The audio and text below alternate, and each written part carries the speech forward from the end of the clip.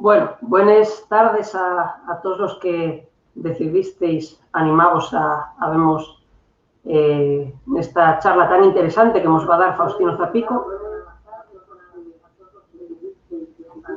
Uy.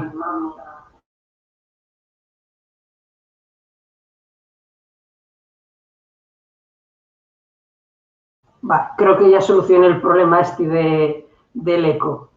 Bien, como os decía, buenas tardes a todos y gracias por asistir a esta charla que desde la Asociación Socialismo y República preparamos sobre el 25 de mayo. Además, después de un año en el que no se pudo hacer prácticamente nada por la situación sanitaria y que, bueno, obligamos a reinventarnos y posiblemente una forma de reinventarnos sea este tipo de charlas virtuales que igual también sirven para llegar a más gente, porque además luego esto va a quedar en YouTube, con lo cual otras personas que no pudieron verlo van a poder verlo otro día, etc.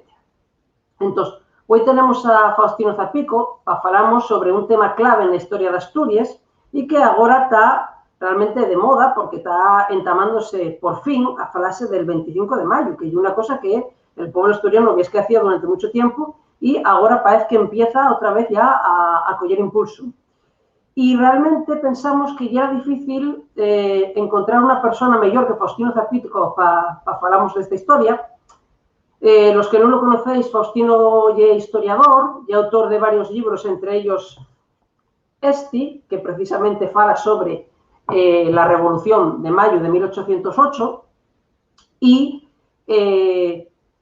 muchos lo conoceréis también porque fue bastante labor divulgativa, ya apareció en varias tertulias, en varios programas y desde el verano ya tiene también pues su propio canal de YouTube donde tiene unos vídeos de la historia de Asturias muy interesantes.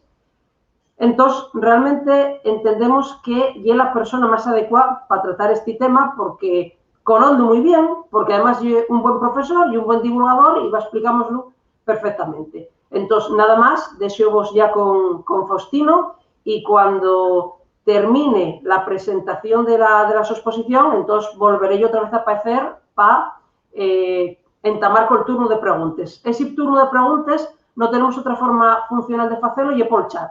Entonces vais escribiendo en el chat las preguntas que tengáis y yo diré rebuscándoles para yo ir formulándoles a Faustino para que les pueda responder. Así que nada más y adelante, Faustino. Pero un segundo que te dé aquí el micro, ya está. Adelante. Bien, hola, buenas tardes a todos. Espero que el sonido funcione bien. Pásame 10 veces cuando me pongo a grabar delante del ordenador, que estoy demasiado yoñe de la pantalla, entonces no se me siente bien. Si no se me siente bien, pues rogaríamos que me hagáis llegar a través de, pues eso, del chat, vamos, de los comentarios. Bien, gracias a Socialismo y República por convidarme a este acto.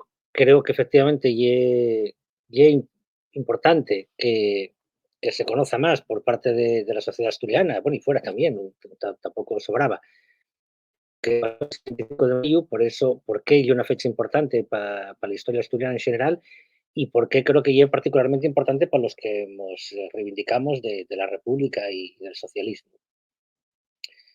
Efectivamente, como bien decía Fran a la presentación, el 25 de mayo, digamos, bueno, no sé si está, tanto si está de moda, pero bueno, por lo menos sí es verdad que se fala bastante más de ello desde ahí, bueno, desde el otro año.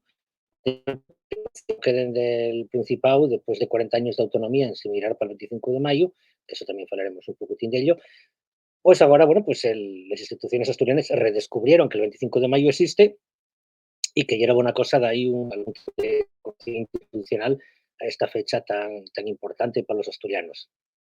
Bueno, mayor tarde que nunca, por lo tanto creo que eso ya buena noticia y voy a proceder ya, pues efectivamente a explicar por qué el 25 de mayo de 1808 es importante para los asturianos, porque en realidad supone la práctica el inicio de la edad contemporánea en Asturias. Yo no soy muy partidario de poner fechas concretas a cuando cambia una era y empieza otra, porque eso, bueno, a veces es un poco ridículo, porque eso ya es resultado lleven tiempo, pero sí es verdad que en el aspecto puramente simbólico, y non solo en el simbólico, como ahora te explicaré, pues sí que supone un auténtico cambio de domina. Por lo tanto, repito, eso é, creo que particularmente importante, y solo eso por sí mismo es motivo de conocimiento y de celebración. Bien, primero voy a hacer un breve resumen para ver cómo se llegó a ese 25 de mayo de 1808, cómo estaba Asturias en 1808. Bueno, hay que decir que les llendres d'Asturias lleguen bastante asemellables al actual, que Asturias, digamos, tiene unas fronteras bastante estables desde mucho tiempo, con la excepción de la marca, digamos, oriental, lo que son los concellos actuales de Les Peñamelleres y Ribedebat, formaban parte del Principado, institución que existía desde finales del siglo XIV. Asturias no llegaba a los 400.000 habitantes. Asturias era un país o provincia, que era la terminología que se usaba de aquella para definir a lo que era Asturias, el término región y un término, el sentido que damos ahora, y un término bastante posterior, de finales del siglo XIX, provincia llamada Asturias, el Principado, que también lo era efectivamente, era un territorio particularmente prove, con una distribución de la población de esos 400.000 habitantes, o casi, que llegaba mucho más homogénea que ahora, que ahora no hay esa sobredimensionamiento bueno, de los concellos centrales, sino que, para que nos hagamos una idea, Cangas de Narcea tenía más habitantes que Xixón, el concello. Y non había realmente ciudades, eran las villas de Ubieu, Xixón y Avilés. Fundamentalmente Ubieu, que era la más grande, que en 1808 podía tener 7.000 habitantes, ¿vale? Para que nos hagamos, que es el tamaño que tiene actualmente precisamente la villa de Cangas, para que nos hagamos una idea. Al mismo tiempo, en población masivamente campesina, por supuesto, de campesinos en sin tierra, que trabajaban como arrendatarios, las tierras que ellos alquilaban la nobleza y la iglesia, una sociedad dividida en su división estamental entre nobles, clérigos de tercer estado, pero que en Asturias dábase la particularidad de que tenían carta de nobleza, o sea, el escalafón más bajo de la nobleza, que eran los fidalgos, un tanto por ciento muy alto de la población, que el propio Estado intentaba hacer pagar impuestos, pero que en todo caso en 1808 podía estar alrededor del 20% de la población, que era una barbaridad fuera de Asturias, no se acaba de entender muy bien, pero que esa particularidad de esa división estamental también explica de ellas cosas de la sociedad asturiana de la Ilustración. Y voy a explicar también un poquitín brevemente por qué. Bien, esa Ilustración asturiana, que a todos nos sonará, ¿no? Que Asturias era el principal foco de la Ilustración española en el siglo XVIII, no hay una exageración y una realidad. Venía dada en gran medida porque la élite asturiana no era especialmente rica en comparanza con las élites o con las oligarquías locales de otras partes de la monarquía española. Entonces, que los nobles asturianos, para hacer un poquitín, bueno, como vivir de las rentes, tampoco aseguraba, bueno, unas condiciones de vida particularmente prestosas, sacante, bueno, de las familiones muy concretas, que entendían también que para que los fieles pudieran de alguna forma medrar en la administración, en la milicia o incluso en la carrera eclesiástica, pues que era necesario que tuvieran estudiados de alguna forma, y por lo tanto eso puede ser una de las razones que explique el gran peso, repito, del. Todos conocemos a xovellanos, pero aparte de xovellanos había muchos otros más, ¿no? Y buena parte de esos ilustrados o de esas personas muy influenciadas por la ideología de la Ilustración, pues van a tener un papel protagonista en los acontecimientos de mayo de 1808. También que Asturias tenía una universidad donde había 400 años, la Universidad de Oviedo, bueno, 400 años ahora, de aquella no, 200. 200 años de universidad, que esa universidad no venía como resultado de un desarrollo de la propia sociedad asturiana, el desarrollo económico, repito, de hecho, todavía en el siglo XVI falaban de como esas Indias que tenemos en España, hablando de Asturias, pero bueno, vino como resultado que ha sido una carambola, que es de un inquisidor, que es Fernando de Valdesalas, que a finales del XVI dejó un pastizal tremendo para que, entre otras cosas, se hiciera una universidad en Ubiú para educar a los hijos de la élite asturiana, precisamente por lo que comentaban antes, ¿no? Porque estudiar ya era una de las pocas formas de. En todo este contexto, también Asturias era una tierra de migrantes, hielo históricamente, como en el siglo XX fue por unas cuantas generaciones tierra de inmigrantes, danos un poquito la impresión de que Asturias fue una económica y que veña aquí todo el mundo, non, falso, eso lle moi de cuando llega la revolución industrial. Primero Asturias era unha tierra moi prove e la xente emigraba. Y emigraban entre otros sitios a Madrid. En Madrid va a estar llena de asturianos y eso explica precisamente muchas de las cosas que suceden tanto en Madrid como en Asturias. Bien, pues en esa Asturias tan prove, tan aislada geográficamente, mucho más conectada vía marítima con Inglaterra, que explica también la llegada de los libros de la Ilustración, porque era mucho más fácil hacerlos llegar que desde Castilla, que buena parte del año estaba en cortales comunicaciones o muy muy revesosos bueno, por el tema de la nieve en el Cordal. Por repente, Asturias tenía un cierto nivel de autonomía como resultado de permanecer fiel a los Borbones cuando se da la guerra de sucesión a primeros de, bueno, un siglo antes, a primeros del siglo XVIII. Por resultado de esta guerra, los territorios que apostaren por el caballo perdedor, que era el archiduque Carlos, que eran los reinos de la corona de Aragón, o sea, Aragón, Cataluña, Valencia, Mallorca, perdieron las instituciones de autogobierno, la planta, pero los reinos principados, señoríos y demás territorios que sí apoyaron a los Borbones, los que ya tenían una autonomía previa o unas instituciones de autogobierno previas, pues de alguna forma sí que bueno, claro, como no puede tratar por igual a los que ataquen, pues lo que pasó fue que Asturias conservó la Xunta General, conservó la Asturias, conservó la Xunta General Galicia y conservaron la General Álava y Navarra de esos cortes. Pero a lo largo del siglo XVIII, los Borbones, como lo que intentan es centralizar, aunque conservan la autonomía de la Xunta General, que era una autonomía fundamentalmente fiscal, non tenía capacidad legislativa, pero sí tenía una capacidad fiscal, lo que pedía Artur Mas y no midieron, el PROVE, bueno, pues Asturias tenía plena soberanía fiscal y tenía así una serie de atribuciones bastante importantes, repito, entre las que no estaba la capacidad legislativa. Pero para de alguna forma controlar y recortar esas atribuciones de la Xunta, que se autodefinía a sí misma como la intermediaria entre Asturias y la corona, pues los Borbones van a poner una institución que ya la para entendernos al gobierno civil de toda la vida, si es representación del poder central de Asturias. Asturias, bueno, y en todos los demás territorios de la corona. Y esa rivalidad que va a haber por más de un siglo, entre la Xunta General y la Real Audiencia también van a ser los acontecimientos del 25 de mayo. Porque el regente, que ya era el equivalente, repito, es una especie de delegado del gobierno, el que presidía las sesiones de la Xunta General del Principado. ¿Qué era la Xunta General del Principado? Pues repito, esa institución que era la representación oficial de los concellos de Asturias, que de aquella eran 48, ¿vale? Concellos de Asturias que tenían una representación, bueno, pues, o sea, cada concello tenía un diputado, los diputados no votaban lo mismo, es decir, los concellos llamados libres, cada diputado tenía un voto, pero los concellos que dependían del arzobispado de Ubieu, que era uno de los grandes señores feudales de Asturias, ya desde la derrota de Alfonso Enrique en el siglo XIV, evitar que el obispado controlara la Xunta, pues los diputados de los concellos dependientes de la Mitra Carballona, pues solo tenían medio voto o un tercio de voto.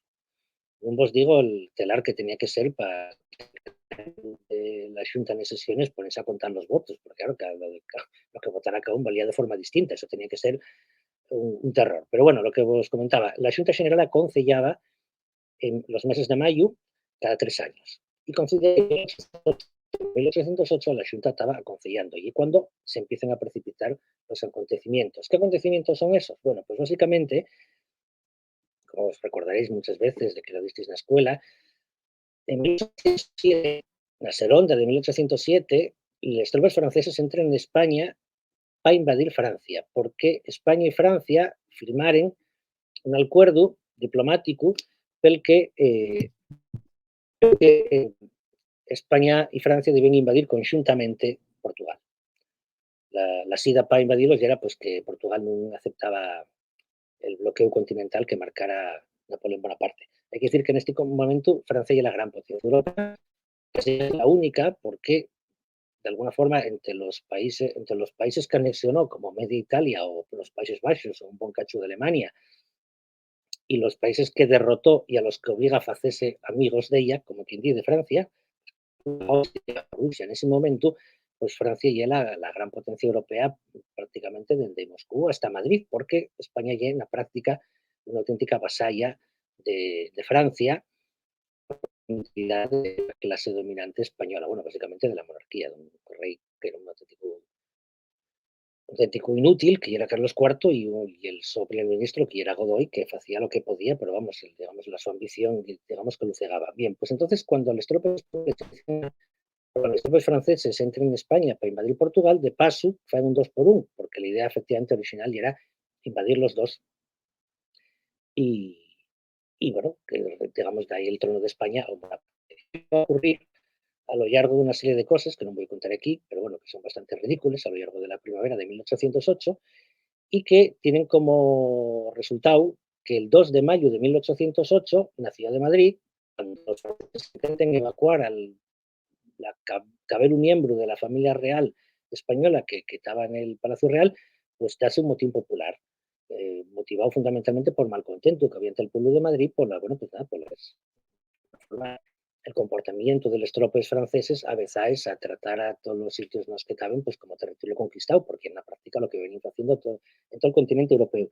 Bien, el 2 de mayo de Madrid no voy a explicar lo que es español, que se reprime con una velocidad tremenda y con una brutalidad tremenda por parte de los tropes franceses y que, bueno, que inmortalizó Goya en sus cuadros. Bien, ¿qué ocurre? Que las noticias del 2 de mayo, de lo que pasa en Madrid, de esos creo que recordar que son alrededor de 4.000, resulta que como un 20% de ellos son asturianos, porque, repito, había muchos asturianos viviendo en Madrid, además ocupando, bueno, pues, trabajos, digamos, de, bueno, pues, bueno, muy probes de alguna forma, ¿no? Entonces forman buena parte de las clases populares de Madrid, inmigrantes asturianos. Y esos inmigrantes asturianos, eh, el mismo 2 de mayo, la noche del 2 de mayo y el 3 de mayo ya cuenten lo que pasa en cartas que mandan en los dos familiares en Asturias.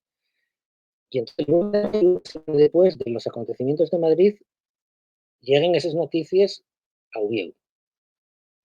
Y llegan dos cosas. Llegan las cartas de los asturianos contando, madre de Dios, lo que hicieron los franceses, y al mismo tiempo del mariscal Murat, el cuñado de Napoleón, que ya era en ese momento el jefe de las fuerzas de ocupación, lo que ya era abiertamente una ocupación militar francesa en lo que ya era el territorio de la monarquía española.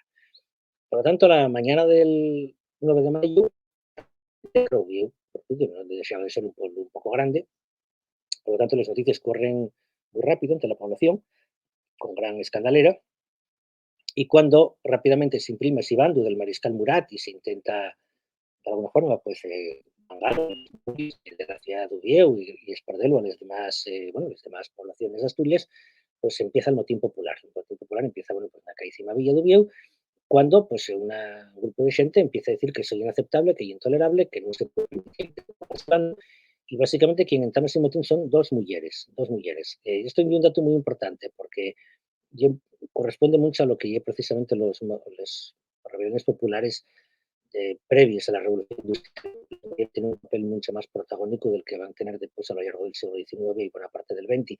Pero son dos mujeres, repito, que son Xoaca Bovela, que era la mujer un funcionario de la Real Audiencia, y María Candayón, que era una chigrera carballona de origen de los Regueres, de ahí el Namatu, que ya tenía el su abuelo, Andayón, porque eran del pueblo de Andayón, y empiezan a alegar a los paisanos de, bueno, vosotros que vais a permitir que se faga esto, nos vais a dejar como que aquí los franceses digan lo que hay que hacer y vosotros vais a permitirlo de cualquier manera. Por lo tanto, y en ese momento ya, tanta mala la griesca.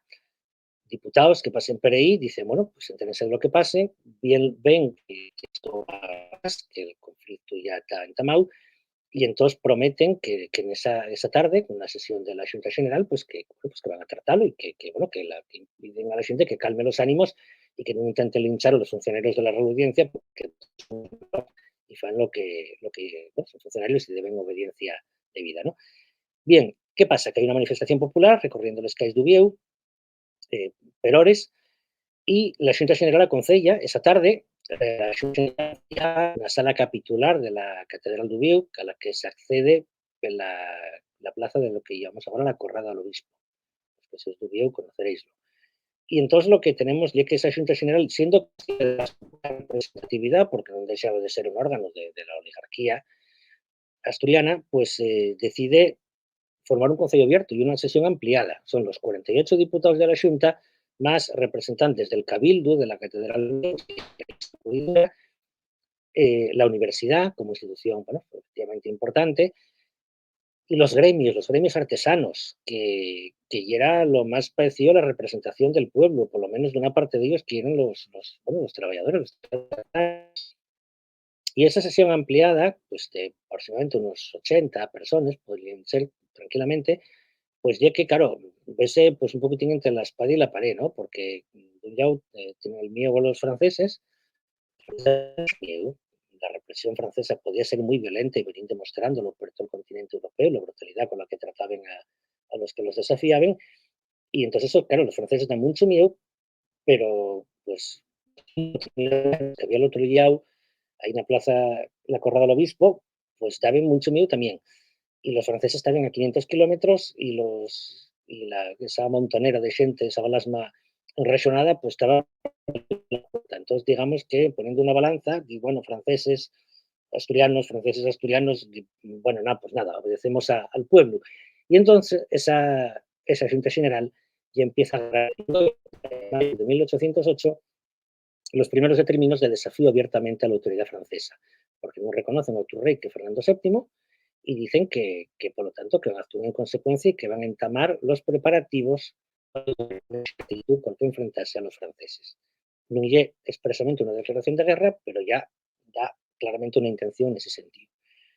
Entonces, bueno, como el pueblo se da lo que quiere, pues el pueblo está encantado. ¿No? Pero claro, esos diputados que se ponen tan valentonos en el 9 de mayo, de hecho hubo alguno que al ver que había diputados que duldaban, llegó a frirse él como para ir el solo al Puerto Payares con la su espada a tornar a los franceses cuando comportamientos tan heroicos, pues ya después llegamos al cocer mengua, ¿no? Porque pasando los días empieza a hacerse más evidente que la respuesta francesa puede ser tremenda. Y entonces el día 13 hay una de la Junta y en esa sesión, pues básicamente lo que se decide es que todo lo anterior, que entonces decide mandar una carta, un mensaje al mariscal Murat diciendo que bueno, que sí, que es verdad que decidieron todo eso el 9, pero que fue mayor popular, que es un querín, y que perdón, que no lo fagas. Por la bajada de pantalones evidente, ¿no? ¿Qué pasa? Que hay un sector de la Junta que no hace.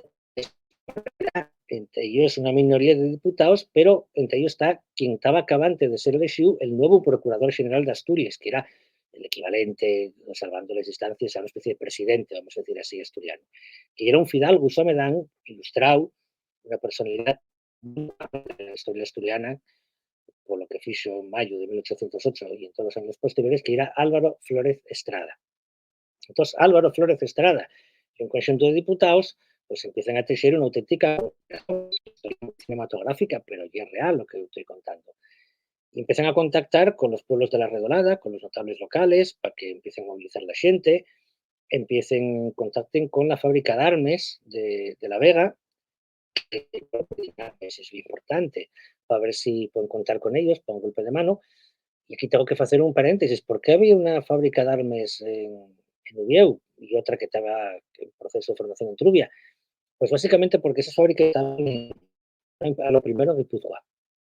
Y en los años 90, cuando España participa en la guerra que en las monarquías absolutas europeas contra la Revolución Francesa, guerra que pierden, pues los franceses entran en Guipúzcoa. Y entonces tener dos fábricas de armas tan cerca de la frontera francesa igual no era buena idea, que era mejor llevarles un poquitín más lloña. Y por eso les lleven Asturias. Y por eso donde iba, pues nada, poco más de 10 años, pues había dos fábricas de armas en el concello de Ubieu, la de Trubia y la de La Vega. Eso ya es muy importante porque la participación de los trabajadores de la fábrica de armas es muy importante para que triunfe el golpe de la noche del 24 de mayo. Trabajadores quieren vascos, hasta el punto de que para convencerlos hubo que echar un vizcaíno, como dicen los textos de la Domina. Bien, pues, ¿qué pasa? Que entonces esa conspiración que se va formando, hay que acelerarla cuando llega ya directamente desde Madrid la respuesta del una muerte a los 57 personas que votaron a favor el día 9 obviamente, desafía la autoridad francesa. Y la noche del 24 al 25 de mayo de 1808, pues de cuando se da pues, los acontecimientos fundamentales que mientras encabezados por los diputados y bueno, con otro grupo de rebeldes de la capital carballona, pues tomen la Real Audiencia.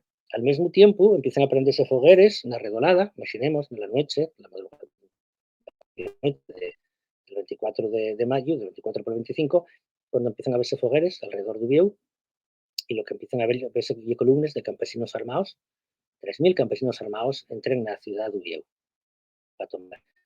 Los rebeldes van a la casa del regente, agárrenlo y dicen, y bueno, esto te ha tomado, el poder tenemos unos, pero como tú eres el regente y tienes la autoridad para convocar a la Junta General, que la convoques por la cuenta que te trae, pero en vez de convocar los 48 diputados, vas nada más a convocar y de execute ahora mismo en el intre a estos 15 que te damos nosotros. Entonces, básicamente, el regente, bajo presión, bajo la fuerza, directamente convoca a los 15 de la rebelión, Antonio Soler Estrada, y la noche, bueno, la madrugada del 25 de mayo, a las 2 de la mañana, creo recordar que deciden en sesión solemne, pues,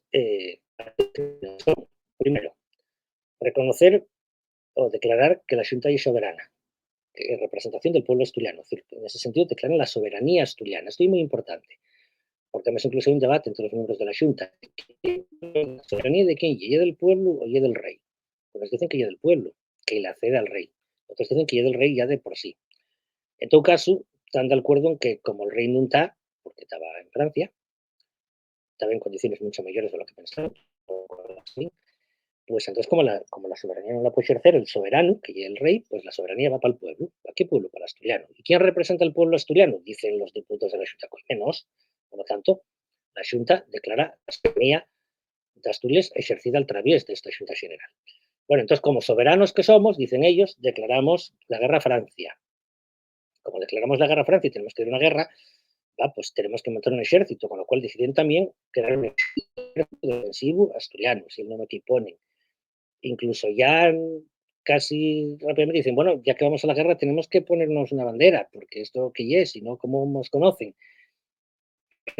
Como xovellanos, que estaba el hombre que valía para todo, ¿no? Y ese es el origen de la actual bandera asturiana, bueno, pues le veremos después sobre ello.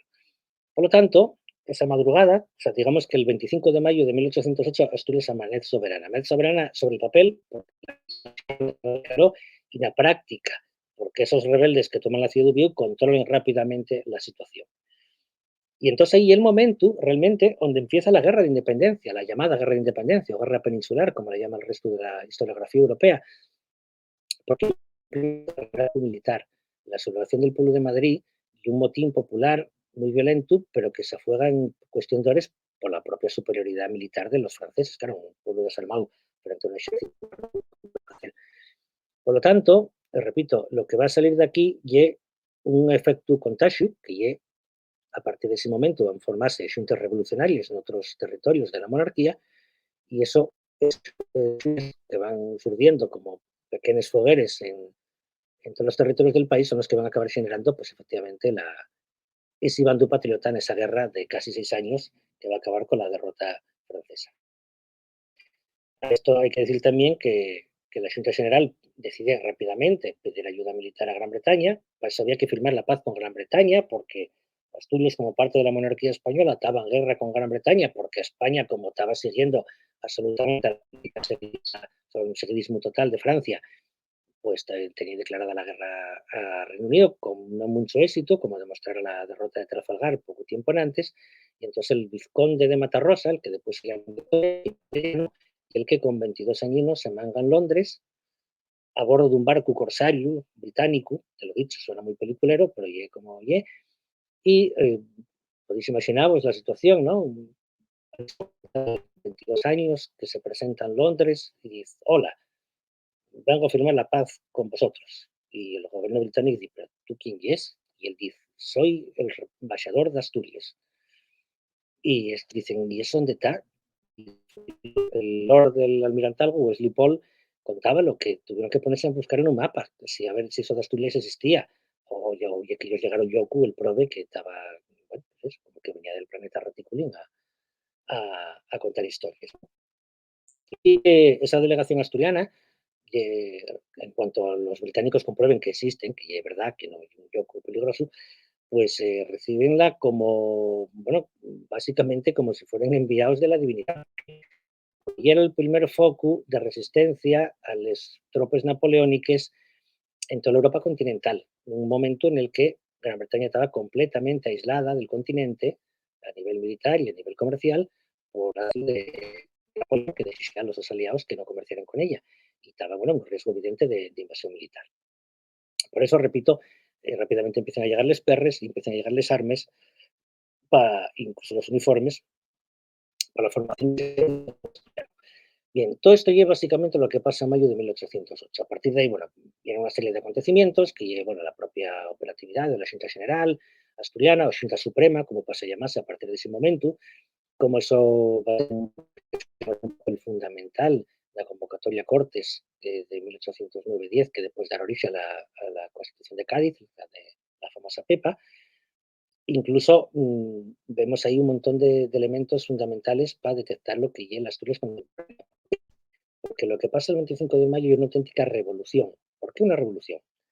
No hay únicamente una rebelión, una especie de golpe palaciego para quitar al regente y ponerse unos diputados rebeldes, que por cierto, hace pocos días, cuando ya está echada la bola a andar y es imposible dar marcha atrás, convoquen al resto de diputados a hacer una plenario solemne para que los otros diputados ratifiquen lo que ya decidieron los 15 de la madrugada del 25 de mayo.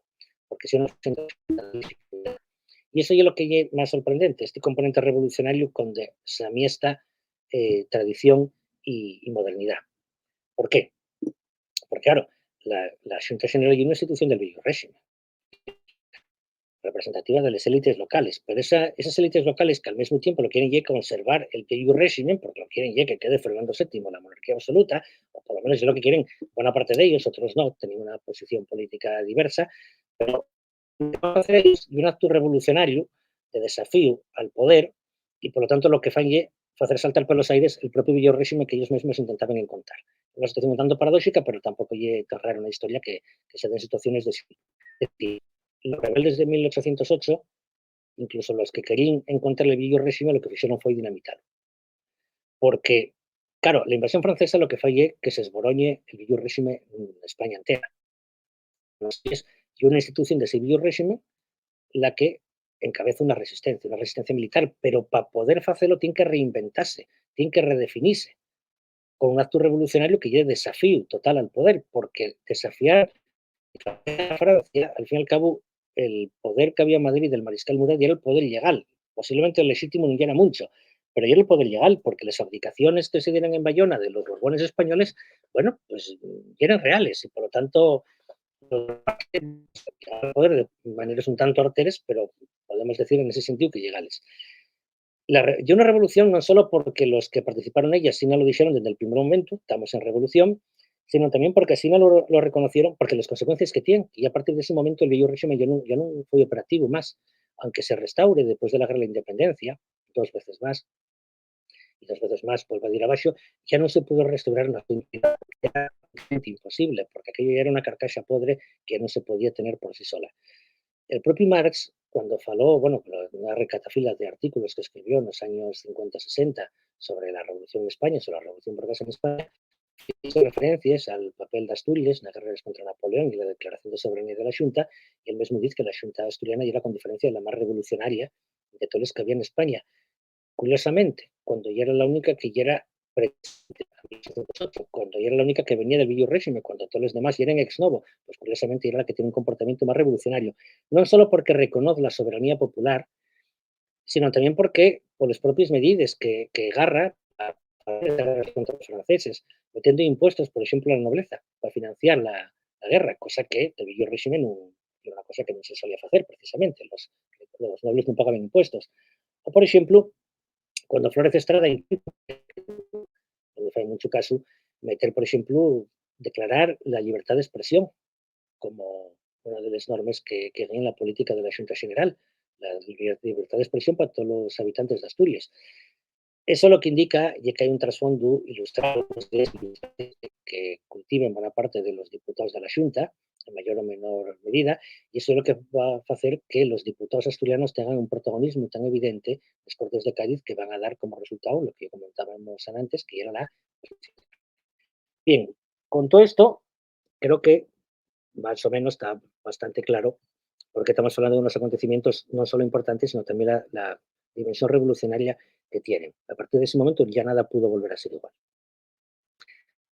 ¿Qué lo estamos haciendo a lo largo del siglo XIX? Bueno, pues hay que decir que a lo largo del siglo XIX la memoria de mayo de 1808 ya bastante notable, bastante cultivada. La bandera asturiana, que algunos todavía dicen ahora que la inventaron la asturiana, que ya estaba inventada en 1808 por xovellanos, va a seguir existiendo, va a seguir utilizándose en mayor o menor medida. También el sexenio democrático se va a usar la bandera asturiana por parte de los republicanos federales, un poco tuneadas, y si queréis falamos de la.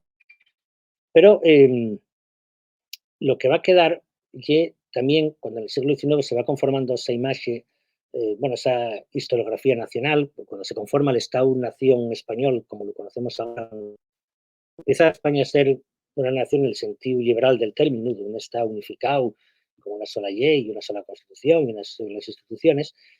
Cuando se fan al mismo tiempo hay que crear esas historias nacionales que justifiquen la Estado y justificación que se intenta retrotraer hasta lo más para atrás en el tiempo posible, que cuando, por ejemplo, cuando se crea el mito de la Reconquista, pues Asturias, digamos, los acontecimientos de mayo van a jugar un papel bastante importante en esa concepción que acaba cuallando tanto en Asturias como fuera de ella.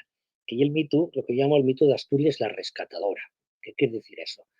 Bueno, pues cuando se falla el reparto, digamos, de funciones de las diferentes partes, el nacional, que supuestamente venía desde tiempos de Viriato y de los Tartesos, pues Asturias toca el papel de ser así como unos que están en el norte, así como aislados, que no se sabe ni a lo que están, ni a lo que se dediquen, ni nada, y de cuando en cuando la patria está amenazada, pues de repente es consonen y armen la de Dios. Por eso hay una especie como de fiera dormida. Pues Asturias es una especie de fiera dormida y en esa historiografía nacionalista española, pues da ya la imagen que se conoce. Asturias, por ejemplo, en tiempo los romanos estaban ahí a lo de ellos y de repente cuando los romanos invaden Hispania, pues de repente los astures levántense para defender la independencia patria. Era mentira, pero bueno, igual, se contaba así. Pero como subsumida, desaparecía siglos, hasta que en el siglo VIII dase la infame invasión sarracena y entonces cae la monarquía de los godos, pero otra vez ya Asturias la rescatadora, porque ya en Asturias donde vuelva a independencia a través de Pelayo, Cuadonga, la Cueva y la de mi madre. Y entonces vuelvo a Asturias después otra vez a quedar así como ahí avillando, ahí tatillando en Allén, como diría el padre Galo, hasta que en el siglo XIX, coño, otra vez, de repente, madre, amenazada por la infame invasión napoleónica, y de repente, y otra vez Asturias, la rescatadora, la fiera dormida que es consona para rescatar a los españoles, ya como cuando los romanos o como cuando los árabes de esa terrible invasión. Incluso ese discurso tan esencialista y, bueno, un poco absurdo también, pues va a tener tanto éxito dentro y fuera de Asturias. En Asturias tiene bastante éxito porque para la élite asturiana y importante porque hay un elemento de autolegitimación. Mundo en este tiempo, pues el venir de Asturias va, tampoco era que tuviera tanto glamour, pero claro, tú cuando decís, pues ya, pero aquí vengo de Asturias, la rescatadora, como quien dice. Cuidado conmigo que nosotros somos los que salvemos la monarquía, esas tonterías que se dicen. Entonces, ya era funcional. Y fuera de Asturias, para el conjunto de España, pues también, porque era como una especie de reparto, ¿no? Lo mismo que a los andaluces tocó ellos el papel de ser los graciosos y a los catalanes el papel de industriosos y afanadores, pues mal son los fenicios asquerosos, ¿no? En la historiografía española, y así con todos los demás, pues a Asturias tocó el papel de ser, pues nada, la fiera dormida. Lo gracioso es que incluso la propia izquierda va a acabar asumiendo este discurso, porque cuando la revolución industrial y Asturias, bueno, pues empieza a tener un movimiento obrero muy fuerte, con mucho peso, y, y que tiene episodios tan nomados como el de octubre del 34, después era demasiado fuerte como para no caer en ella.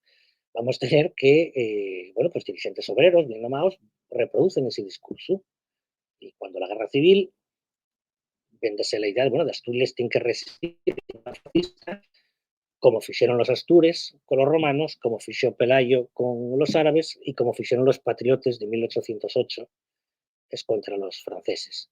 El propio Juan Ambou, dirigente nomau del Partido Comunista, dijo directamente esa genealogía sin cortarse un pelín, o Abelino González Mayada, que es alcalde de Xixón y cenetista, también lo fai. Y un discurso, digamos, que es funcional no solo a las élites asturianas, sino también, efectivamente, a las expresiones del movimiento obrero. Y bueno, llega la larga noche del franquismo, todo eso, bueno, pues queda también reinterpretado, como no, dentro un poco de esa idea de Asturias la rescatadora, y después llega la transición y cuando llegan los primeros debates sobre la autonomía asturiana y cuando parece que la cosa va para adelante, pues que bueno, que a ver, que hay que buscar un día de Asturias, ¿no? Y cómo, bueno, pues hay una corriente importante que plantea que el día de Asturias lo razonable que sea el 25 de mayo, porque no deja de ser una fecha importante por muchas razones. Primero, porque hay una fecha muy fácil de compartir por todas las corrientes políticas.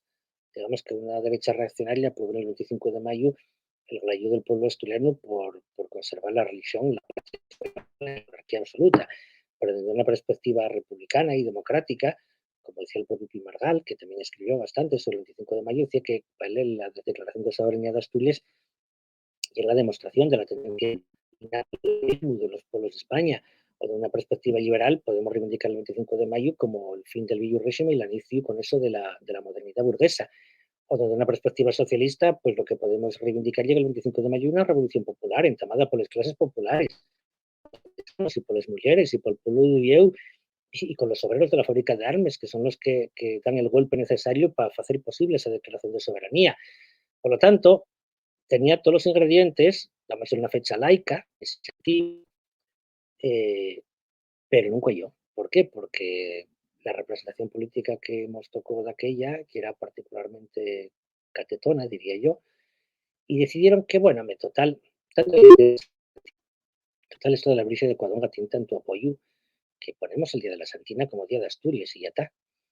Que es evidente que el Día de la Virgen de Cuadonga tiene mucho apoyo, una cuestión popular que trasciende más allá de la cuestión. En septiembre no estamos celebrando la batalla de Cuadonga, porque la batalla de Cuadonga no sabemos cuándo fue. Lo que estamos celebrando el 8 de marzo, el 8 de septiembre, y es el cumpleaños de la Virgen María. Por eso y el Día de la Virgen de Munches, la de Cuadonga y unos cuantos más, porque el 8 de Viento y a los 9 meses, y el 8 de septiembre, que es cuando nació la Virgen, ¿vale? Por lo tanto, repito, yo creo que es particularmente imperdonable a la dirigencia política de aquellos tiempos que decidiera que cuando llegó la autonomía, que el Día de Asturias tenía que ser el 25 de que tenía todos los ingredientes para ser un día de reivindicación de todos los asturianos, del pueblo asturiano. Posiblemente no ellos prestara ese componente soberanista tan evidente. Yo creo que hay un error muy que parece ser que por fin ahora empezamos a tener un gobierno que se da cuenta de que ya era un error. Y por eso en ese contexto entiendo yo que hay que enseñar, bueno, pues todo lo que es la idea de recuperar el 25 de mayo como fecha de reivindicación y bautizarlo oficiosamente este año como el Día de la Bandera, que tampoco está mal, porque efectivamente la bandera asturiana es de 1808 y tiene el origen precisamente en la Declaración de Soberanía del 25 de mayo. Pero podía hacerse bastante más, y evidentemente una fecha que tendría que conocer la sociedad asturiana, para eso yo creo que hay que ser didácticos, que evidentemente como yo muy poliédrica, una perspectiva ideológica muy diversa, pero que en todo caso, que en definitiva, tiene que ser, yo creo que de una importancia fundamental para los asturianos. Y la parte que nos toca, a los republicanos y socialistas, pues creo que hay una fecha particularmente y dar a conocer. Y espero que en los próximos años, bueno, pues que podamos tener motivos de celebración y que esas movilizaciones, como en los años 70, para poner el 25 de mayo como Día de Asturias y que no encollaron porque no había quien sintiera las voces del pueblo, pues que podamos hacerles sentir esta vez de forma más efectiva y que tengamos mucho 25 de mayo para celebrar en Asturias. Yo creo que hasta aquí de momento ya me enrollé y ahora pues, doy la palabra a Fran para que vos la dé a todos los que estáis ahí conectados y que podamos tener un diálogo sobre las cosas que quedaron en tintero, que son unas cuantas. Muchas gracias. Bueno, muchas gracias, Faustino, por tu intervención. Hubo algunos problemas de sonido en algún momento, que yo creo que se oye más bien por la conexión tuya, que habrá algunos paquetes que no lleguen tal, pero bueno, no pasa nada. Si alguna cosa quedó ahí que alguna persona no lo pudiera llegar a entender, que aproveche para preguntarlo ahora y así pues responderlo. Bueno, entonces vamos a hacerlo de la siguiente manera. En el chat vais poniendo las preguntas que consideréis y yo voy anotándoles aquí para tenerles ordenadas y voy formulándoles a Faustino. Entonces podéis ir preguntando ya o mientras responde la primera de ir preguntando, yo voy a ir anotándoles y planteándoles. A ver, como yo soy el moderador, pues voy a ejercer mi privilegio de ser el primero en preguntar, que para eso estamos. Entonces, la pregunta que tengo yo a este respecto ya es la siguiente. Está claro que el pueblo asturiano declararse soberano para luchar es contra la invasión de los franceses. Vale, hay un ente invasor que es Francia. Entonces tiene que haber también un ente invadido. La pregunta es de quién era el ente invadido. El pueblo asturiano, ¿cómo salía? Como españoles, como asturianos, como mierenses, como había un poco de todo. ¿Cuál era realmente la identificación nacional? Si había una identificación nacional en el momento de la revolución, porque yo no lo sé, pero yo parece que tengo la impresión de que cuando uno va más atrás en el tiempo, las identificaciones nacionales son más al pueblo, ¿no? Igual me equivoco, igual allí eran todos súper, más que nada, y era por Mieres y por Llangreo y por Sisión, o igual eran todos, tenían una cosmovisión europea de la leche y querían montar la Unión Europea, no lo sé. Pero esa es la duda que tengo yo. Ellos, si tú llegabas ahí y a uno de esos revolucionarios y os preguntabas, ¿tú qué es y qué te sientes? Y si te sientes más de una cosa, ordénameles. ¿Qué primaria hay? ¿Qué estaban defendiendo? ¿Estaban defendiendo a España? ¿Estaban defendiendo al rey? ¿Estaban defendiendo la finca de ellos porque el francés iba a ir allá y iba a dar ellos por saco? ¿Qué era realmente lo que defendían aquellos revolucionarios? Bien, a ver, bueno, de Mierense no creo que lo dijeran ahí de porque Mieres no existía, ¿vale? Y digo lo de 1836. Primero eres una parte del Concilio de Chena, por lo tanto, esa ya incógnita que ya tenemos solucionada. Bien, pero efectivamente, como bien dices, la autoidentificación colectiva del Viejo régimen es mucho más local, en líneas generales, pero lo que funciona como elementos de autoidentificación colectiva no son tanto las identidades territoriales como otras, como ya fundamentalmente la religión. Lo que define a un asturiano del común, vamos a decir, 208, o un castellano, o un valenciano, o un navarro, ya que son católicos. Y bueno, y normalmente ya era la fe y el rey, y ya los vasallos del rey de turno, en este caso el era Fernando VII. Y después, efectivamente, la autoidentificación territorial, las clases populares, en este momento ya básicamente la, lo que ya el Estado de origen medieval, porque en este caso ya Asturias, que lleva llamándose Asturias desde mucho antes bueno, que procede de cualquier otra cosa en la península ibérica. Por lo tanto, ahora bien, dirigente del proceso, que son ilustrados, que hay gente que forma parte de la oligarquía asturiana, que son básicamente nobles aburguesados, podríamos definirlos así, una buena parte de ellos, no son nobles en sí más. Sí que hay élites, precisamente porque ha tratado la gran conexión de la élite asturiana en el contexto de la monarquía española. Ellos viense como españoles, como asturianos también, por supuesto, pero viense como españoles, pero cuando tienen que hacer el llamado al pueblo, llámenlo a los asturianos, y llámenlos a restaurar la monarquía española, por supuesto, pero ellos llámenlos como asturianos.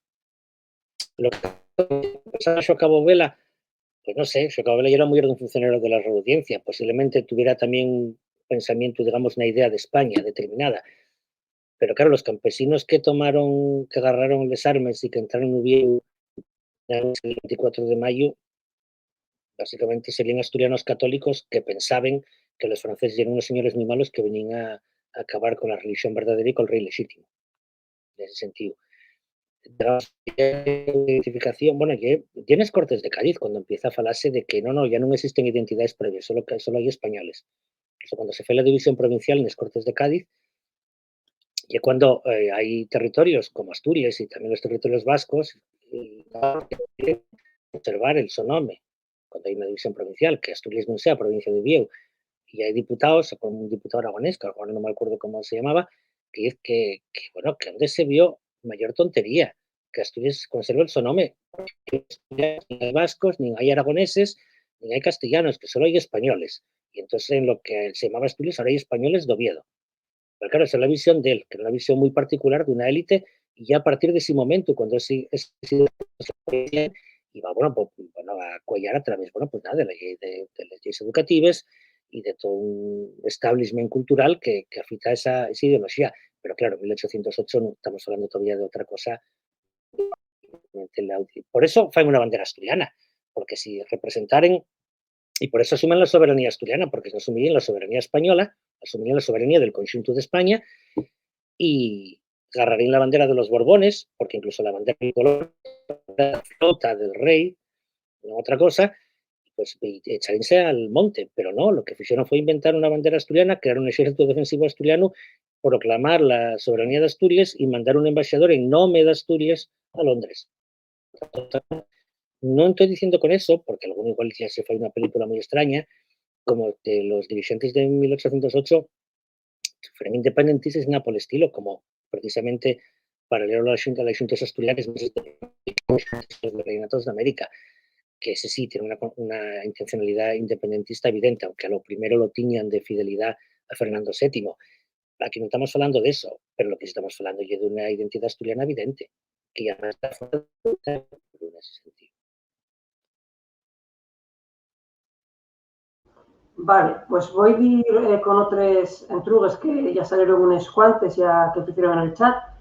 Teniendo en cuenta que el liberalismo y posteriormente el republicanismo suelen buscar su origen en las Cortes de Cádiz y continúa después, ¿no sería la declaración de soberanía del pueblo asturiano el origen real del republicanismo en Asturias y en España?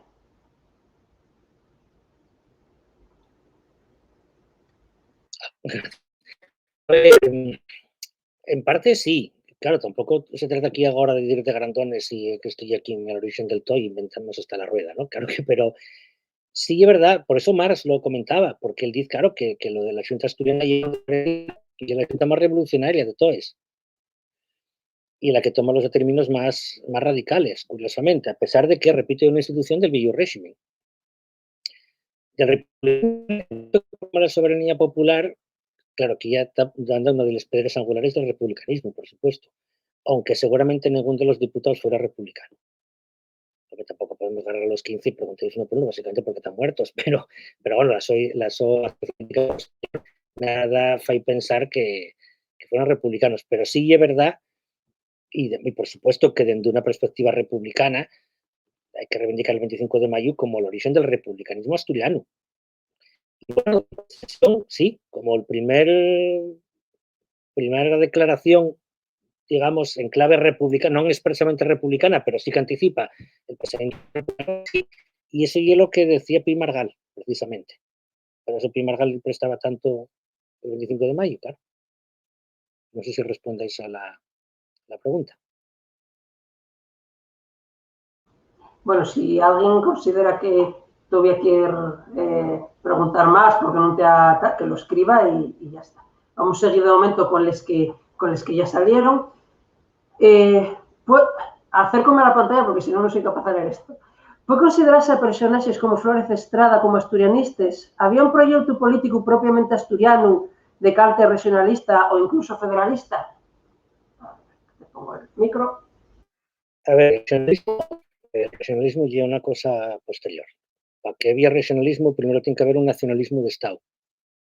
Y como respuesta que no necesariamente antagónica, pero sí como respuesta a ese nacionalismo de Estado, que se de Estado, porque la nación todavía está inventándose, pues entonces no podemos llamarlo regionalista. El componente federalista, bueno, lo de Flórez Estrada es muy interesante, porque Flórez Estrada, él plantea en 1809, 9 o 10, no me acuerdo ahora bien, antes de que se apruebe la Constitución de Cádiz, el fai un proyecto de constitución. Y entonces, y un proyecto de constitución realmente muy peculiar porque tiene un componente casi confederal, porque el cuerpo legislativo de ese Estado sería casi la suma de los cuerpos legislativos de los reinos y provincias de la monarquía. Pero dijeron y que eso ya era federalismo, y Flores Castro decía que no, que eso que es mentira, que los que dicen que hay federalismo no tienen ni puta idea de lo que es federalismo. Si lo sabré yo, que no soy federalista. Pero sí es verdad que, bueno, la propuesta tiene una clave un tanto federalista y que está claro que la experiencia anticipa el pensamiento federal y es evidente desde el momento en que podemos decir que las primeras teorizaciones del republicanismo federal en España salen de Asturias, salen con Cangargüelles, que hay que decir que la Minosa con Fernando VII, por encargo de un señor ecuatoriano, fai un libro, curiosamente, que es el primer, vamos a decir, tratado federalista que se fai en España, que hay cartas de un americano sobre las ventajas de los gobiernos republicanos federativos. Y posiblemente no fuera federalista, porque nada de la actuación política posterior lo demuestra así, porque en cuanto lo dejaron volver a España estaban en un partido moderado feliz de la vida, pero sí es verdad que hay quien a ponerse en la piel de un federalista y a pensar como un federalista, saben por ello, que era como el negro de Ana Rosa, pero en este caso de un señor de Ecuador. Y entonces él plantea un discurso federalista, y además pone como ejemplo Asturias. O sea, el Mayo como modelo, porque claro, como dices, veráis lo del republicanismo federal, lo bien que está, lo bien que lo hicimos en Asturias. Eso en ese sentido, bueno, creo que también hay un dato, bueno, yo creo que político interesante. Y claro, los republicanos asturianistas no lo estamos celebrando desde hay 40 años, y para darnos hasta en cambio de identidad. A ver, pues vamos con la siguiente. ¿Cuál era la actitud para con la lengua asturiana de los cabezaleros asturianos de la nómina? ¿Compartíase la opinión de Xovellanos? Bueno, a ver, muchos de ellos tienen compañeros, podemos pensar que sí, pero bueno, tampoco dijeron nada escrito sobre el tema con posterioridad a 1808, quiero decir. Está claro que los llamados que se faen al pueblo fue que los debates de la Junta no sabemos en qué dirían, podemos suponer que en castellano. Les haces por lo menos está en castellano, por supuesto. Que diputados de la Junta compartieran las ideas de Xovellanos, seguramente sí. Tampoco tenemos, repito, ninguna prueba ni en un sentido ni en otro, pero es evidente que las ideas de Xovellanos no les tenía solo él. Y la prueba, bueno, pues está todos los amigos y compañeros de él que con normalidad o que lo falaban, como el mismo Xovellanos comentaba, cuando falaba bien la lengua, para falar con los criados, porque claro, con los criados en qué vas a falar, para que te entiendan, pues habrá que falar en asturiano, lo que decía, ¿no? Claro, que cuando se intenta convencer a los trabajadores de la fábrica de armas para que, para que se sumen a la, para que se junten a la rebelión, ella queda ahí un discurso al euskera por parte de los ingenieros, ya una idea, bueno, de cómo están las cosas, que para hablar con el pueblo, pues que seguramente había diputados que usaban el asturiano, pues seguramente, pero ahí sí que es, nadie se iba a molestar en explicarlo, porque esas cosas no, claro, la historia en este momento es la historia de las élites, aunque aparezcan precisamente el 25 de mayo con nombre propio, como la American Dayón, quien la escribe, quien lo escribe evidentemente son las élites, y las élites del 19 ya son castellano falantes, totalmente. Vamos con la siguiente pregunta. Antes de nada, por lo que me están diciendo por WhatsApp, en función, claro, de la conexión de la gente, va con un retraso importante. Entonces, igual hay gente que todavía está ahora entamando a escuchar las preguntas o igual que no. Entonces, bueno, igual en algún momento hay que esperar un poco para que, por lo menos para asegurar de que todo el mundo pudo llegar a preguntar. Bueno, a ver, siguiente pregunta. A ver si no me pierdo, sí. Aquí. Una vez que los británicos descubren la existencia de Asturias, ¿cómo se ve fuera de España y especialmente en Francia que una pequeña provincia haga jaque al ejército de Napoleón? Bueno, creo que esto ya lo contesté. Claro, la prensa británica faise eco, por supuesto, pero vamos, y como si se ya la isla de Formentera, quiero decir, todo lo que fuera contra Napoleón valía. Y entonces, bueno, pues claro que de repente eso, pues un paísín que no llega a medio millón de habitantes, declara la guerra al solo y al través de las instituciones que tradicionales, de alguna forma, y reconocíes, pues eso para los británicos, pero también es especialmente porque a lo primero, eso de cuando vieron que existía Asturias, y digo, bueno, pues ustedes de una xunta, pero ¿qué tipo de xunta y esa? Como diciendo, a ver si son una banda de como los franceses que estamos combatiendo, que tampoco lo oyen los franceses eso, pero bueno, yo la imagen que ellos tenían era esa, ¿no? Pero cuando ven que yo en una institución así de señores eso, con peluquín respetables, pues dicen, ah, no, no, pues esto ya está. Y por lo tanto, repito, ahí la prensa británica, bueno, seguramente, no sé, yo creo que no se debió falar más de Asturias na prensa británica desde 1800 hasta los juegos mineros de los 60. Bueno, y la revolución del 34, por supuesto. Pero ahí sí que un protagonismo evidente. Y además, claro, estos cuatro que van para allá, para Londres, son como el juguete de la oligarquía británica, pero no es cuanto es el manifiesto, lo que os comentaba. Imaginemos la escena que hay la ópera de Londres, cuando de repente para la representación y la totalidad de los presentes ponerse de pie para aplaudir, mirando para el tipo de llano y los otros tres que viven con él. Porque eran los que venían a pedir ayuda porque acaban de declarar la guerra a Napoleón. Sí que sí, eso sí que ya Asturias es allí adelante el mundo. En el resto del continente, a ver, que no sé siquiera si llegaron a enterarse en ese momento, enteraríanse años después el que dio por leer de qué, con suerte. Pero vamos, que no creo yo, bueno, yo que Podillano de la que estaba en Londres firmó también la paz con Suecia, ya que estaba ahí, y para no ir a Estocolmo, pues llamó al embajador, porque Suecia ya era todos los países que el otro país junto con Portugal que, que apoyaba a Gran Bretaña. Pues nada, firmaron la paz con Suecia, por lo tanto el embajador sueco tuvo que enterarse de que existía Asturias, aunque solo fuera para firmar la paz con él, evidentemente.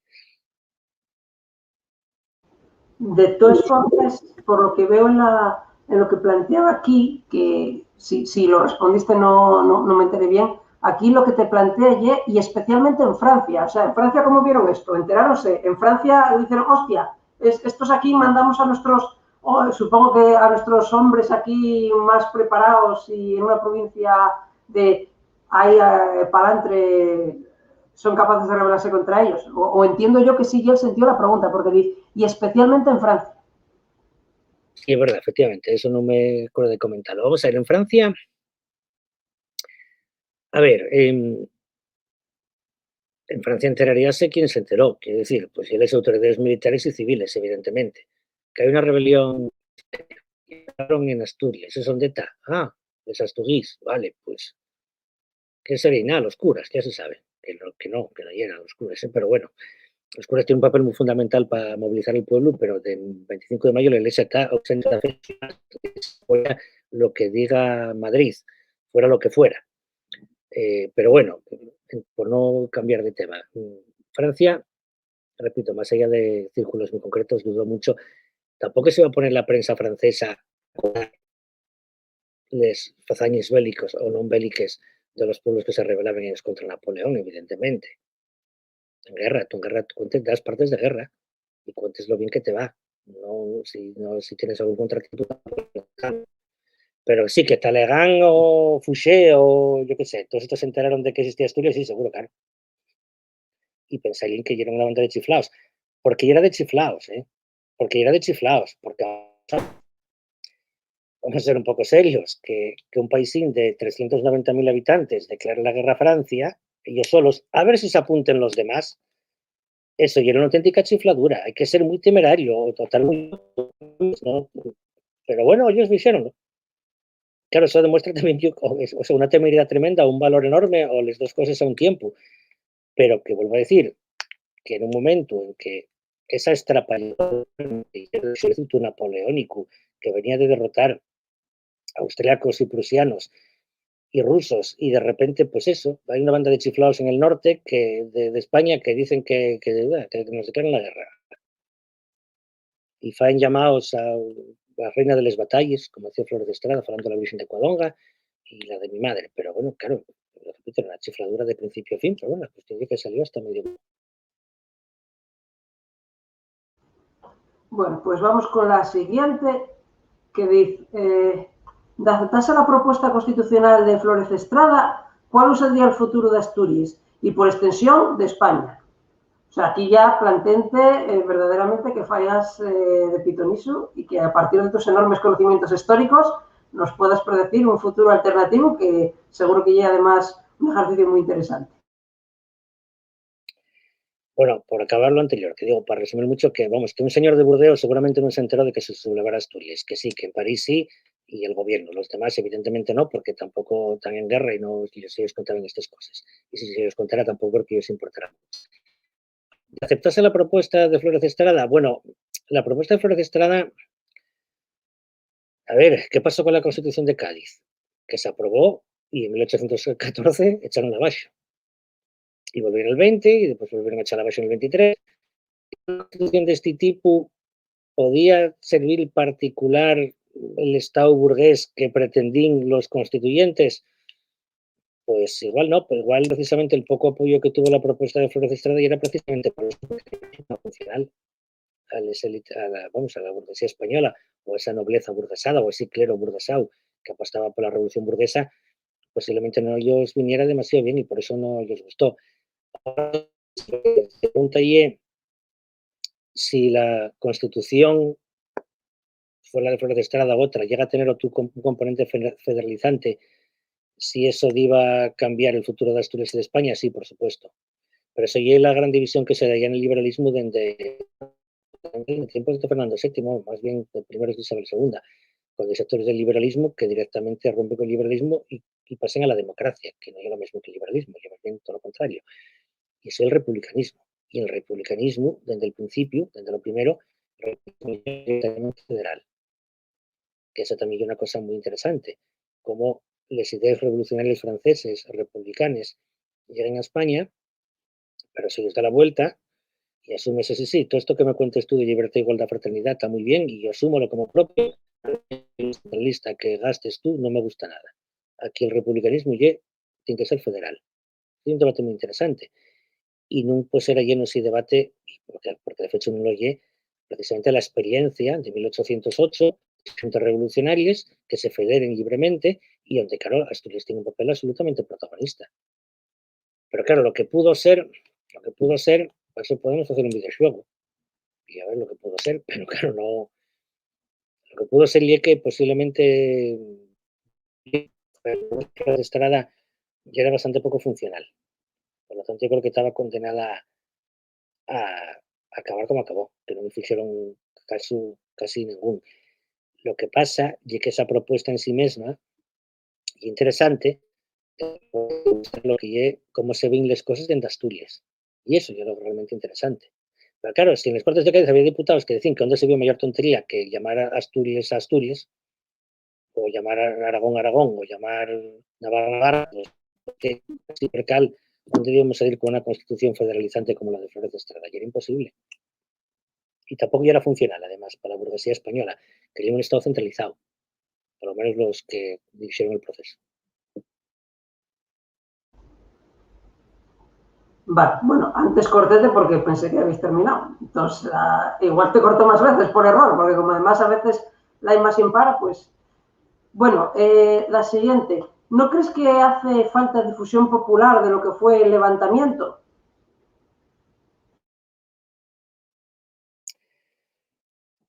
Sí, claro que fue falta, claro que fue falta, porque es que tampoco hay muchos sitios donde se faga eso. El bipartido, Izquierda Asturiana, así que, bueno, cuando decidimos agarrar esto, tomar esto en serio, hay cosa de 15 años, pues, hasta ese momento, bueno, sí, hacemos referencia a ello, pero tampoco afrontamos un discurso sobre ese tema, pero estos 15 años sí que hicimos, yo creo que un trabajo, no solo nos, evidentemente, pero claro, difusión popular, ¿onde? Bueno, pues básicamente, medios, y a los actos el 25 de mayo. La pena también lle que dende l'asturianismo a veces, bueno, mezclose tamén el 25 de mayo col día específico dun partido concreto, e iso creo que, bueno, posiblemente restó posibilidades a la fecha, pero bueno, en todo caso, yo, por exemplo, un libro que escribí que al que fixo mención Fran, pues, facer un libro divulgativo, porque todavía non está presente, non está presente na escuela, ou está na escuela presente de unha forma moi tangencial, como todos os contenidos relativos a la historia de Asturias. Danse pouco, moi pouco e danse mal. Y eso es una cosa que hay que cambiar bastante. Y ahora tenemos unos currículum asturiano que sí que ahí mete más cosas, pero eso no se acaba de dar. Ahí sí que la educación tiene que hacer un labor mucho más evidente de inspección de los materiales educativos que se dan a Asturias, porque muchos no cumplen el currículum asturiano para nada. Y después, bueno, a través de los medios de comunicación, bueno, tenemos una TPA que tenía que hacer bastante más de lo que está haciendo, aunque ya este año parece que se metieron un poquitín más con el tema, y poco más. Y luego, fundamentalmente, y que las organizaciones que defendemos el 25 de mayo, bueno, pues que y, y popularizarlo, ¿no? Esto no puede ser solo un debate intelectual, que también está muy bien, ¿eh? Pero esto tiene hay que llegar a la gente, hay que llegar a la gente con rigor, por supuesto, no inventando ni esbabullando, pero bueno, contando cosas que la gran mayoría de la población pueda entenderlo. No vamos a andar ahora con ese discurso críptico que gasta precisamente ahora buena parte de la izquierda y del que tanto nos queixamos algunos. Pero bueno, si hacemos lo mismo, ¿no? Pues lo que será. Bueno, antes de ir con la siguiente cuestión, ya que saques el tema, vuelvo a enseñarlo, el libro del que fala Faustino y este. Y sí que recordar una vez que estuvimos comentando que cuando estudiaba yo, y me decías que sigue igual, tú en un libro de historia que además poniente Asturias, como que esos libros son específicos para la comunidad autónoma del Principado de Asturias, había pues una página entera dedicada a cuando Lluís Companys declaró el Estat català y 3 líneas de 8 sobre el 34. Y no solo la desproporción y absoluta, sino que hay una desproporción absoluta entre dos eventos que efectivamente no son comparables. La Revolución del 34 y 1.000.000 de veces más importante que les 2 horas de Estat català que proclamaron aquellos. En ese sentido, y teniendo en cuenta que, ahora lo siento, por M, sin querer, os estoy haciendo una pregunta, no llega a mi intención. En ese sentido, teniendo en cuenta que 8 del 34 está más reciente y que hay, bueno, pues una izquierda que puso un poco por él y tal, y aún así está tan increíblemente esclarecido en los libros de texto, el 25 de mayo, ¿qué cabida tiene realmente? ¿Tiene algún tipo de cabida a nivel académico? Y ya no voy a hablar de en secundaria, que ya, bueno, ya más o menos está respondiendo. Un historiador que salga de la carrera, y voy a ser hasta más preciso, que salga en Oviedo, voy a entender que uno de Murcia no lo sepa. Un historiador que salga de la carrera en Oviedo, ¿cuánto tiempo dedicaron a explicar el 25 de mayo? Y siento que me acabo de colar otra pregunta, pero ya, oye, ya fíjate, ya que estamos. Bien, bueno, a ver, bueno, empezando casi por lo primero. A ver, los libros de texto que falen no, ya no hay que seguir que ponen al mismo nivel lo de Cataluña y lo de Asturias. No hay que ponga más de Cataluña que de Asturias, pero poner al mismo nivel, evidentemente no es comparable. Porque efectivamente, o sea, no, vamos, que no hay por dónde lo agarrar. Porque fue desde una perspectiva presentista, como Cataluña tiene mucho peso en la política y el republicanismo catalán también, pues entonces proyectamos eso hacia atrás y damos una dimensión tremenda a una cosa, bueno, a ver, que sí la tuvo, porque a ver, que el gobierno de la Generalitat proclama el Estat català, pues ya importante. Pero claro, se acabó en cuestión de horas en cuanto a que llegaron los primeros cañonazos al Palau de la Generalitat. Evidentemente, claro, no es comparable en profundidad ni en consecuencias políticas a que Asturias entera se levante y que por 15 días funcione. Claro que no es comparable en absoluto. Pero claro, lo que no es serio tampoco y es que en los libros de texto aquí lo que se estudia es que la guerra de independencia empiece con el alzamiento del Pueblo de Madrid el 2 de mayo y que no se haga referencia ninguna a Asturias, porque es absurdo y además de que es mentira. La guerra no empieza el 2 de mayo, empieza el 25 de mayo cuando la declara Asturias, tal cual. Y eso es una realidad histórica. respecto a lo que ahora mismo creo que me perdí como parte de la pregunta, está un poquito mezclada con las reflexiones tuyas. ¿Qué hueco tiene? Bueno, pues yo creo que tiene bastante, porque, bueno, o sea, tiene el hueco que queramos meter, ou se quiera meter. Quiero decir, evidentemente aquí non podemos determinar el currículum escolar de Murcia, precisamente el de Murcia agora mesmo é onde menos podemos dedicarnos a a facer nada, están cantando, bueno, pues aí, bueno, tamén cantando no, ya quisiera, ¿no?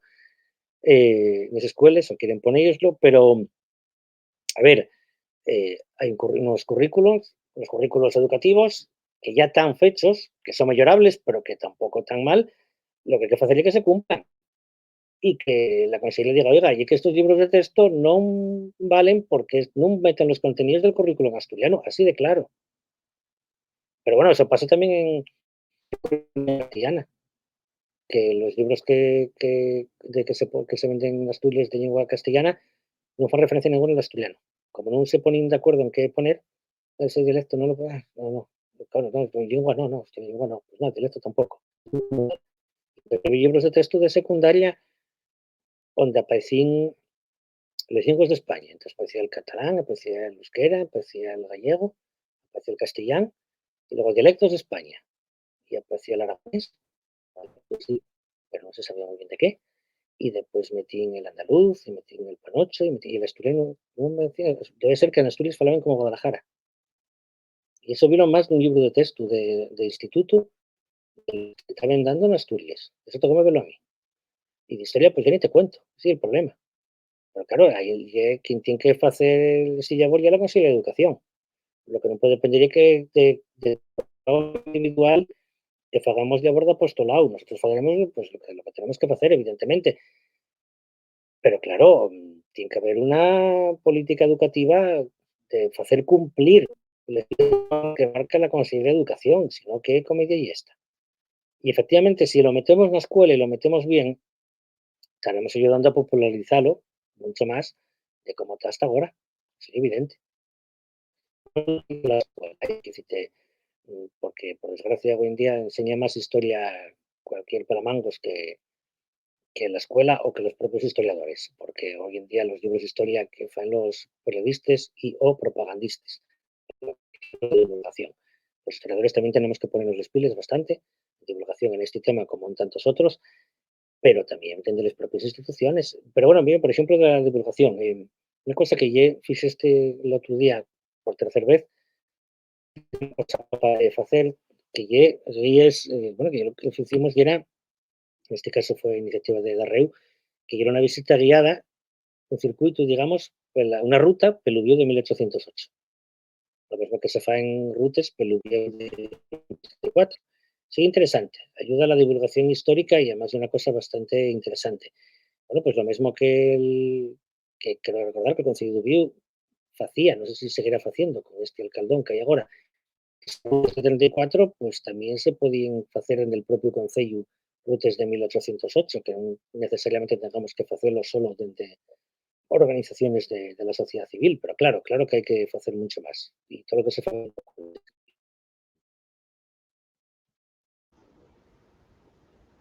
Bueno, pues vamos con la siguiente.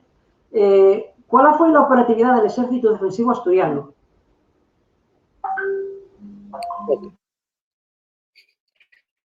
A ver, dijeron que iban a armar un ejército de 20.000 hombres. Claro, ala, venga, tira para allá, 20.000 hombres, sí, claro, ¿con qué perres? ¿Con qué medios?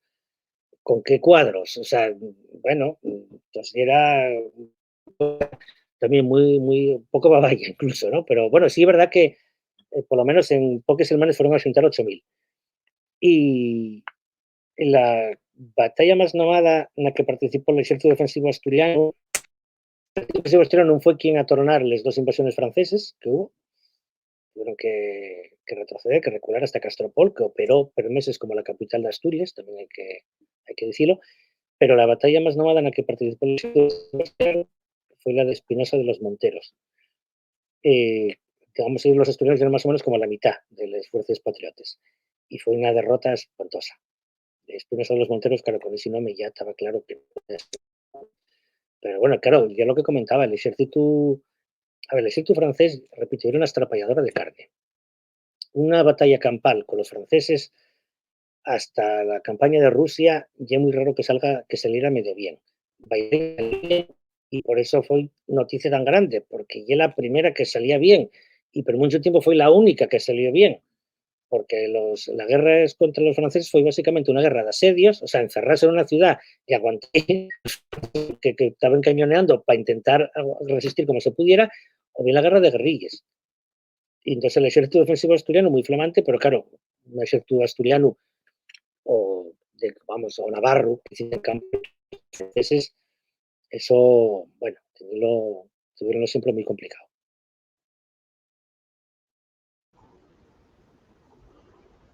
Bueno, pues vamos con la siguiente, que de momento ya es la última que tenemos. No sé si habrá alguna más, pero bueno, la verdad es que ya van siendo ya las 8:30, llevamos 1 hora y media aquí muy, muy agradable, pero algún día habrá que cenar y esas cosas.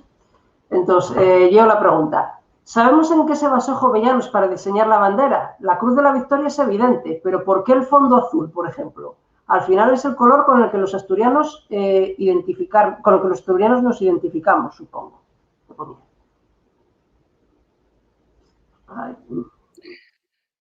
A ver, bueno, hay que decir que el diseño original de Xovellanos era la Cruz de la Victoria, dorada, evidentemente, color oro, pero el Alfa y el Omega él proponía que fueran en blanco, en plata, no sé por qué. Azul o colorado, como diciendo, valen los dos. Colorado entiendo también porque es un color muy asociado a la guerra, digo yo, pero no tampoco. Pero el azul también es gracia porque yo creo que remite un poquitín a la cruz de Constantino, o al crismón de Constantino. Dice esto Constantino y es candidato al trono romano en luchas contra Maxencio, que la noche anterior a la batalla de la Ponte Milvia, pues resulta que tuvo un sueño y entonces apareció ahí una cruz en cielo, bueno, un crismón, el cielo, claro, el cielo y azul, y dijeron, y Constantino, si pones esto, vas a llegar a la victoria. Y entonces Constantino, cuando despertó, fíxolo y entonces ganó la batalla y con ello el imperio. Entonces sigue de aparecer la cruz como símbolo del cristianismo sobre fondo azul y es porque remite a la aparición de la cruz en el cielo. Por eso el azul, además el azul y un azul celeste, digamos. Por eso el padre Galo llamaba la bandera asturiana la azuleste. Yo creo que va un poquitín por ahí. Pero repito, tampoco es ilegítimo, vamos a llamarlo así, representar la bandera asturiana con el fondo colorado. Hay que decir que la propuesta de Xovellanos, después la Xunta dio como una vueltuca y al final lo que quedó pues fue bandera azul con evidentemente, todo en oro y también en oro la leyenda Asturias nunca vencida. Asturias nunca vencida, en castellano. Otra cosa es que después la pongamos en asturiano porque nos preste más. La conseña estaba en castellano. Yo siempre lo digo, todos sabemos que no es verdad, pero claro, para dar una guerra tienes que darte ánimos, porque si no, ¿dónde vas? No vas a decir, otra vez perdimos, pero esta vez vamos a ganar. No, sí, ya con eso no, pocas gracias.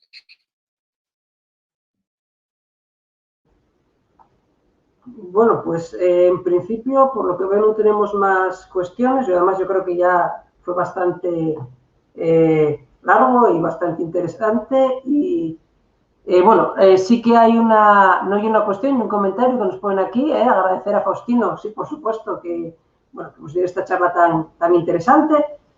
Y yo creo que ya podemos cerrarlo aquí, salvo que quieres decir algo más. Y lo único, eso sí, en nombre de la Asociación Socialismo y República, date de nuevo las gracias por haberte ofrecido a dar esta charla que yo creo que sirvió para resolver muchas dudas, sirvió para aclarar muchas cosas y yo creo que forma parte de lo que tenemos que usar ahora ya como un material de trabajo y un material de comunicación hacia la sociedad para explicar por qué el 25 de mayo es un día verdaderamente importante en la historia de Asturias y es el día en el que realmente podemos decir que hay una constitución, que se constituye Asturias de alguna forma y el que deberíamos posiblemente reivindicar como el Día de Asturias. Entonces, nada, muchas gracias por haber participado y ten por seguro que te llamaremos para otros actos en el futuro, viendo lo enormemente encantados que estamos todos con esto.